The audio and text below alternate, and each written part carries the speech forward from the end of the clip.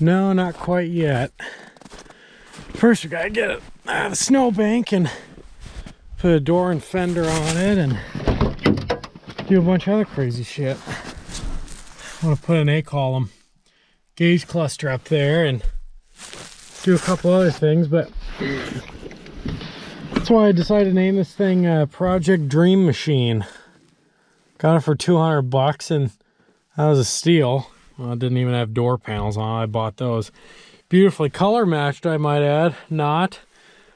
But oh well. Hook up the battery and see if it'll dial out of here. Trying to get into the fucking ranch. Oh, there goes the rest of the grill.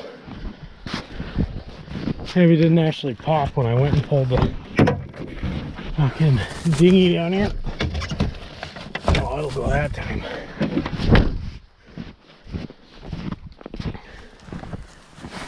Oh.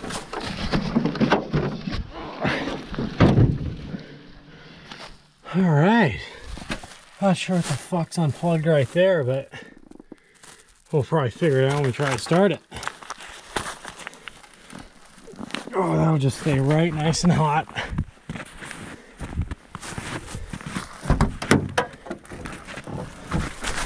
See if the Duracell will do anything for us. Oh, come on. And it fucking sparked. Yeah, I probably need something real of a battery connection there, eh? Yeah, that's just clicking away in there. Try to go get some actual fucking tools to tighten that down. And by tools, I mean persuasion stick. Alright, let's see if this Duracell is good for anything more than a AA.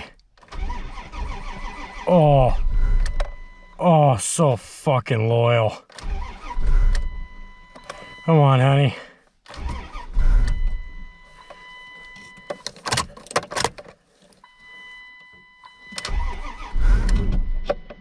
Oh, come on, honey.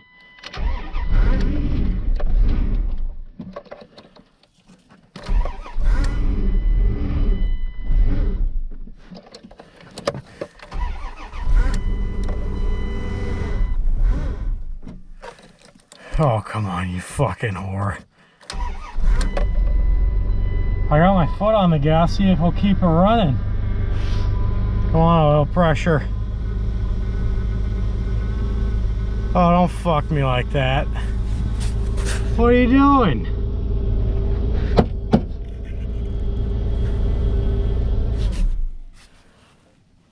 Come on, honey.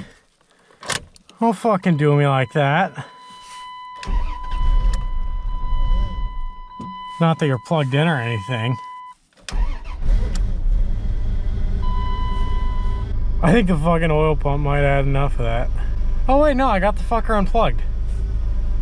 Oh, that's right. Figure I better check and actually make sure the fucker's unplugged before I know I'm just running the guts out of it. I don't know, but I see a plug that ain't plugged into something. That's good enough convincing for me. Is there anything under there? Nah. These gloves don't really insulate that well. My poor fingies are just fucking crispy. Well, came back out here and it's still clicking away. Clicky, clicky. Let's see if she'll bag out of here.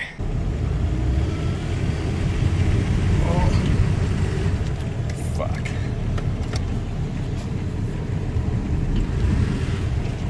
I might just be getting it stuck. I think it's sitting on gravel anyway.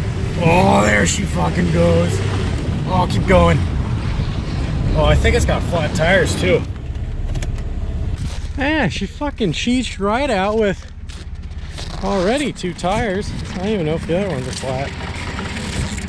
Oh, okay, so it's only the passenger's, the driver's side that's flat. That's nice.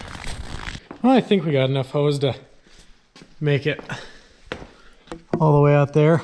You probably can't see it out there, but we'll see. I think I got more up there if I don't have enough. First one did nice, but this one's leaking right out the fucking bead. Whew. Ow.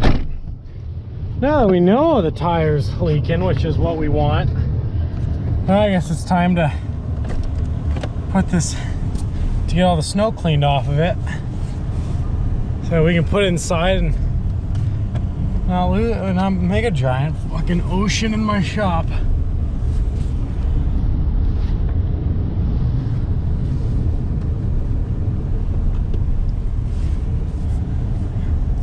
Just fucking pretty. I really hope I unplug that fucking sender. It's been out here running for about an hour, so I'd assume, yeah, it's probably got oil pressure.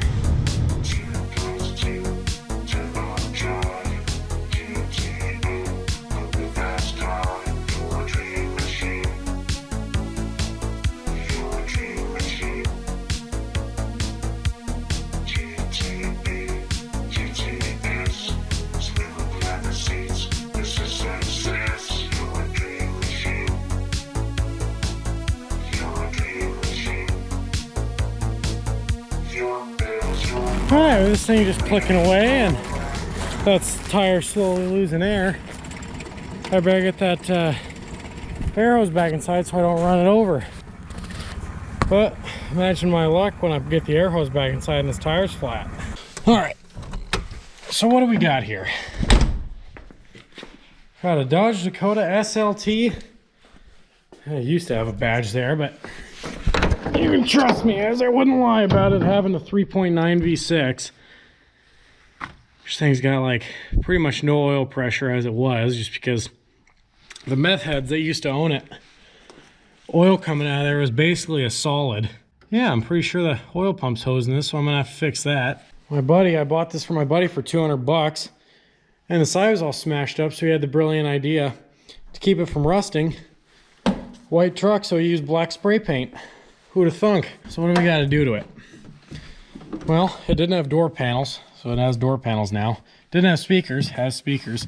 First car I've ever owned with electric things. Got a free GPS out of it. That thing probably cost 200 bucks all on its own. Got the interior pretty much dialed together. I just got to figure out what that clicky is.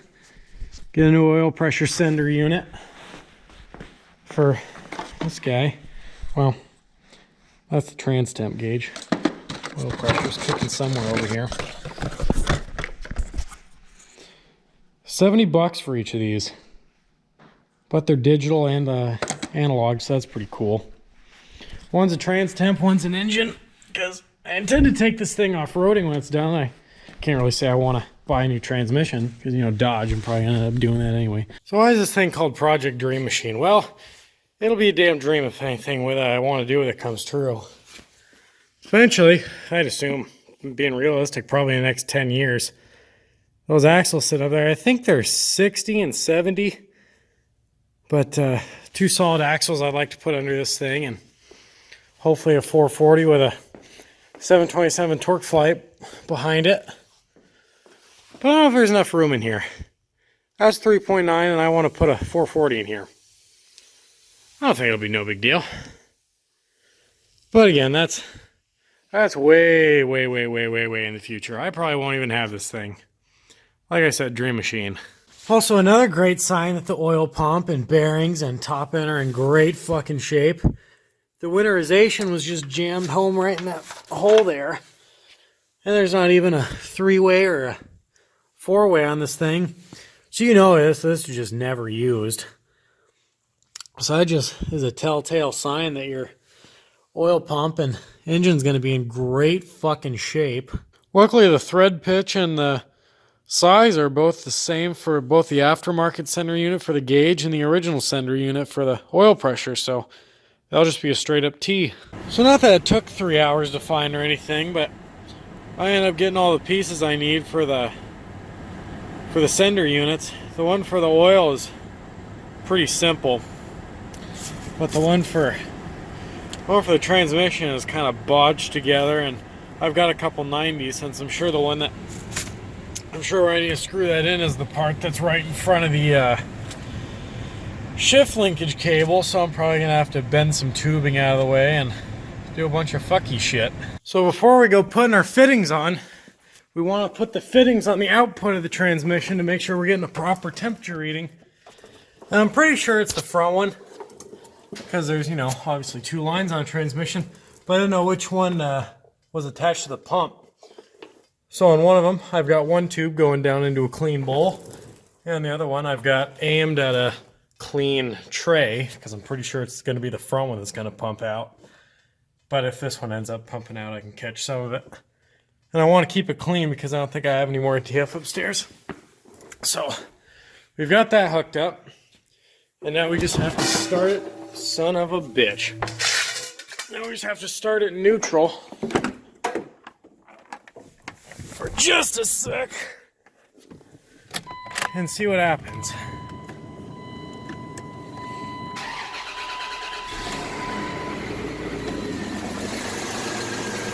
Yep. Just as I thought. It is, in fact, this one, the front fitting on the transmission that is connected to the pump. So that's where we're going to want to put our temperature probe. After about an hour at the fucking Alaska Rubber, they gave me this bodge thing because it's the only thing, because we're trying to go from two different types of threads. So coming off the cooler line, it's a compression fitting going into an all-male T, going to a female-to-female adapter to fit my sensor, and this should thread back onto the Dakota. Alrighty, I got the sensor in up there, and I wrapped the terminal in electrical tape and got it all nice and sturdy. It's kind of out there in the open, which I'd like to get a belly pan on here to fix that, but for the time being, that'll have to do, because I've spent about 5 hours on this, just one sensor. Now it's time to get the oil pressure one in, the one that I actually did this for. This one, everything's the same size. So this one should just go right in. All right. So after about 30,000 years, we got the gauges all in. It's now time to get this installed. And by gauges, I mean sensors. So this is kind of the cheap one, so it's not the entire pillar. What we're gonna do is I marked out this so that I marked out the full line, and then a ½ an inch below that. That is all what's going away. This right here stays, this middle section. All right, I kind of got a little bit ahead of myself, but so I got that section out. So our cluster's gonna fit in nice. And now I'm going off the light switch for power. So I just got to find constant power going into this. Well, no, I don't, because then the fuckers will always be on. All right, so I got all the dimmer and power switched and unswitched, and the ground all behind the radio. I was going to go over there, but I didn't have a couple things over there. And yeah, these things actually work. Look at that. I guess it's flashing just because it doesn't have a sensor hooked up to it, so it can't really read nothing. But yeah, so I'll get that all these wires piped up through to there, and then we'll do the actual sender wires. In case you're wondering what the easiest way to trace wires is I grab some baling wire, make a hook on the end, and then I feed the wire through, and then wrap in electrical tape, making sure not to pull on these terminals. Then usually, you give it a little love. That's stuck on something this time, but usually it'll just pull right on through. All right, so I got all the gauges in. Kind of forgot I was making a video, so I just kind of went on autopilot. Fuck, I make this look easy. The only part I'm not happy about is it moves around a little bit because that section we cut out had a clip in it. Now only the top piece and the bottom piece have a clip in it.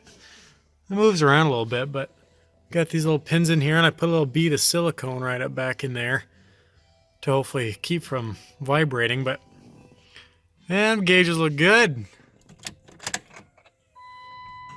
Whoa, look at that. I think that one just, oh yeah, that one just doesn't have a thing hooked up to it. This one just doesn't have a sensor. Alrighty, the moment of truth. Let's see how she does.